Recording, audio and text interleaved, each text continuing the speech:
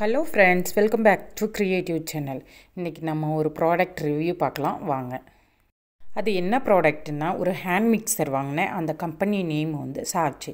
இது வந்து ரொம்பவே நல்லா இருக்கு. நான் யூஸ் பண்ண ஆரம்பிச்சிட்டேன். இது எனக்கு அஃபோர்டபிள் ப்ரைஸில் கிடச்சிச்சு. ஸோ வாங்கியாச்சு.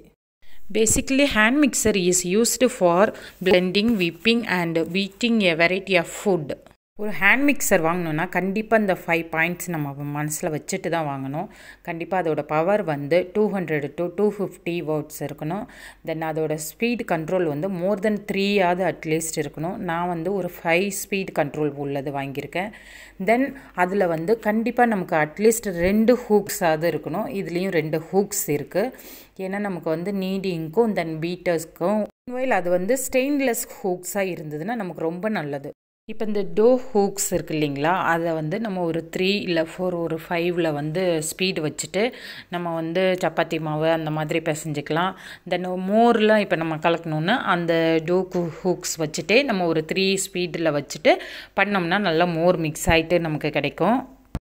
இந்த ப்ராடக்டில் ஒரு இன்ஸ்ட்ரக்ஷன் மேனுவல் கொடுத்துருந்தாங்க. அது ரொம்பவே ஹெல்ப்ஃபுல்லாக இருந்துச்சு. அதில் எப்படி யூஸ் பண்ணணும், எப்படி அந்த ஹூக்கை ஃபிக்ஸ் பண்ணணும் எல்லாமே கிளியராக கொடுத்துருந்தாங்க.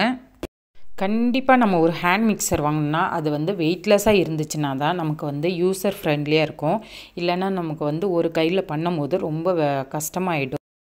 அதே போல் லாங் ஹூக்ஸ் இருக்கணும். அப்படின்னா தான் வந்து நம்ம வந்து ஹேண்ட் மிக்சர் யூஸ் பண்ணும்போது அது நம்மளோட ஹேண்ட் மிக்சரில் படாமல் அந்த ஹூக்ஸோடு நின்றும். இல்லைன்னா நம்ம அந்த பீட் பண்ணும்போது அந்த மெட்டீரியல் எல்லாமே வந்து அதில் நம்மளோட ஹேண்ட் மிக்சரில் படும்போது நமக்கு வந்து ஈஸியாக டேமேஜ் ஆகிரும். ஸோ இந்த மாதிரி லாங் ஹூக்ஸ் உள்ளதாக நீங்கள் வாங்குங்க. இந்த ப்ராடக்டை நல்லா பேக் பண்ணியிருந்தாங்க. அது வந்து எந்த டேமேஜும் இல்லாமல் சேஃபாக இருந்துச்சு. தென் வந்து அதோட ப்ளக்குக்கும் வந்து ஒரு ஹோல்டர் மாதிரி கொடுத்துருந்தாங்க. அது வந்து நம்ம இப்போ கீழெல்லாம் சம்டைம்ஸ் விழுந்ததுன்னா நம்ம அந்த எட்ஜஸ் வந்து வளைஞ்சிரும். அது வளையாத இருக்கிறதுக்கு அதெல்லாம் நீட்டாக பேக் பண்ணியிருந்தாங்க. ஐ ஆம் ஹாப்பி வித் தட். இந்த ப்ராடக்ட் ரொம்பவே வந்து வெயிட்லெஸ்ஸாக இருந்துச்சு. ஏன்னா நமக்கு வெயிட்லெஸ்ஸாக இருந்தால் தான் நான் யூஸ் பண்ண முடியும்னு சொல்லியிருந்தேன்.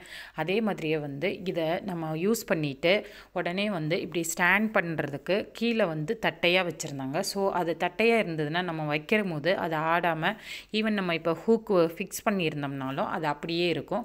ஸோ ரொம்ப நல்லது. தென் இதில் வந்து நான் சொன்ன மாதிரியே 5 ஸ்பீட் கண்ட்ரோல் இருந்துச்சு. அது நம்மளோட தேவைக்கு ஏற்ப நம்ம மாற்றிக்கலாம். இந்த பட்டனை நம்ம யூஸ் பண்ணி அதை நம்ம ரிமூவ் பண்ணுறதுக்கு ஈஸியாக இருக்குது. இப்போ நம்ம வந்து அந்த ஹூக்கை நம்ம ஃபிக்ஸ் பண்ணலாம். அது என்னென்னா அங்கே ஒரு 2 லைன் மாதிரி இருக்குது பாருங்கள். அதில் கரெக்டாக நம்ம வந்து இந்த ஹூக்ஸ்லேயும் வந்து 2 ஒரு எக்ஸ்ட்ரா ஃபிட்டிங் மாதிரி இருக்குது. அந்த இது வந்து கரெக்டாக நம்ம வச்சு ஃபிட் பண்ணோம்னா ஒரு சவுண்டு வரும். டக்குன்னு ஒரு லாக்கான சவுண்டு வரும். அந்த சவுண்டு வந்ததுக்கப்புறம் நம்ம வந்து இப்படி எடுத்து பார்த்தோம்னாலும் வராது. நம்ம அந்த எஜெக்ட் பட்டனை யூஸ் பண்ணி தான் எடுக்க முடியும். இதில் வந்து லைனாக கொடுத்துருக்காங்க. என்னென்னா ஃபஸ்ட் அந்த எஜெக்ட் பட்டன் இருக்குது. தென் வந்து நமக்கு ஸ்பீடு கண்ட்ரோல் இருக்குது. தென் வந்து டர்போன்னு சொல்லிட்டு ஒரு ஆப்ஷன் இருக்குது. இந்த டர்போ என்னென்னா நம்ம வந்து ஸ்பீடு வந்து மாற்றி மாற்றி எடுப்போம் இல்லைங்களா. 1 2 3 4 5ன்னு போவோம் இல்லைங்களா. ஈவன் சில ஹேண்ட் மிக்சரில் வந்து 7 வரைக்கும் இருக்கும். அப்போ நம்ம அந்த மாதிரி ஸ்பீடு ஏற்றுறதுக்கும் இறக்கும் போதும் நம்மளோட வந்து ப்ராடக்டை வந்து அது ஹீட் பண்ணாமல் கூலாகவே வச்சுருக்கிறதுக்கு தான் இந்த டர்போ ஃபங்க்ஷன் வந்து கொடுத்துருக்காங்க. இது ரொம்பவே நமக்கு யூஸ்ஃபுல்லாக இருக்குது.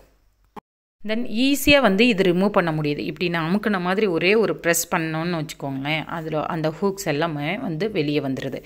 இது ரொம்ப ஈஸி ஹேண்ட்லிங்காகவும் இருக்குது.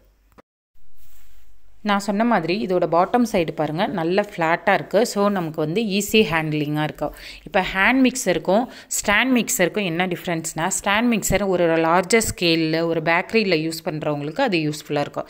பட் ஒரு ஸ்மால் ஃபேமிலி ஒரு ஃபேமிலி யூஸ் தான், வேறு எதுவும் இல்லைன்னா நம்ம இந்த மாதிரி ஒரு ஹேண்ட் மிக்சர் வாங்கினா போதும். பட் அதில் இந்த மாதிரி ஒரு 5 பாயிண்ட்ஸை மட்டும் நீங்கள் மனசில் வச்சுட்டு வாங்கினீங்கன்னா நமக்கு ரொம்ப யூஸ்ஃபுல்லாக இருக்கும்.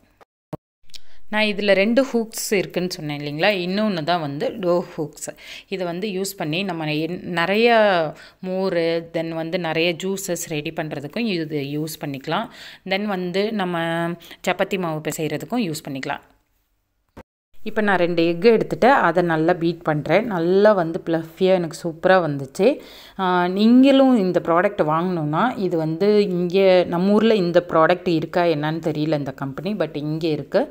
இந்த மெயினான பாயிண்ட்ஸை மட்டும் ஞாபகம் வச்சுட்டு வாங்கினா கண்டிப்பாக வந்து அந்த ப்ராடக்ட்டு பர்ஃபெக்டாக இருக்கும். அதே சமயம் வந்து நமக்கு லாங் லாஸ்டிங்காகவும் இருக்கும். நான் இந்த எக்கு பீட் பண்ணும்போது இந்த ப்ராடக்ட் வந்து ஹீட் ஆகலை, தென் வந்து எதுவும் மெஸ்ஸி ஆகலை. ஏன்னா வந்து இதோட லாங் ஹூக்ஸ், தென் வந்து ஸ்டாண்டிங் எபிலிட்டி. ஸோ நீங்களும் யூஸ் பண்ணி பார்த்துட்டு உங்களோட கமெண்ட்ஸை வந்து சொல்லுங்கள்.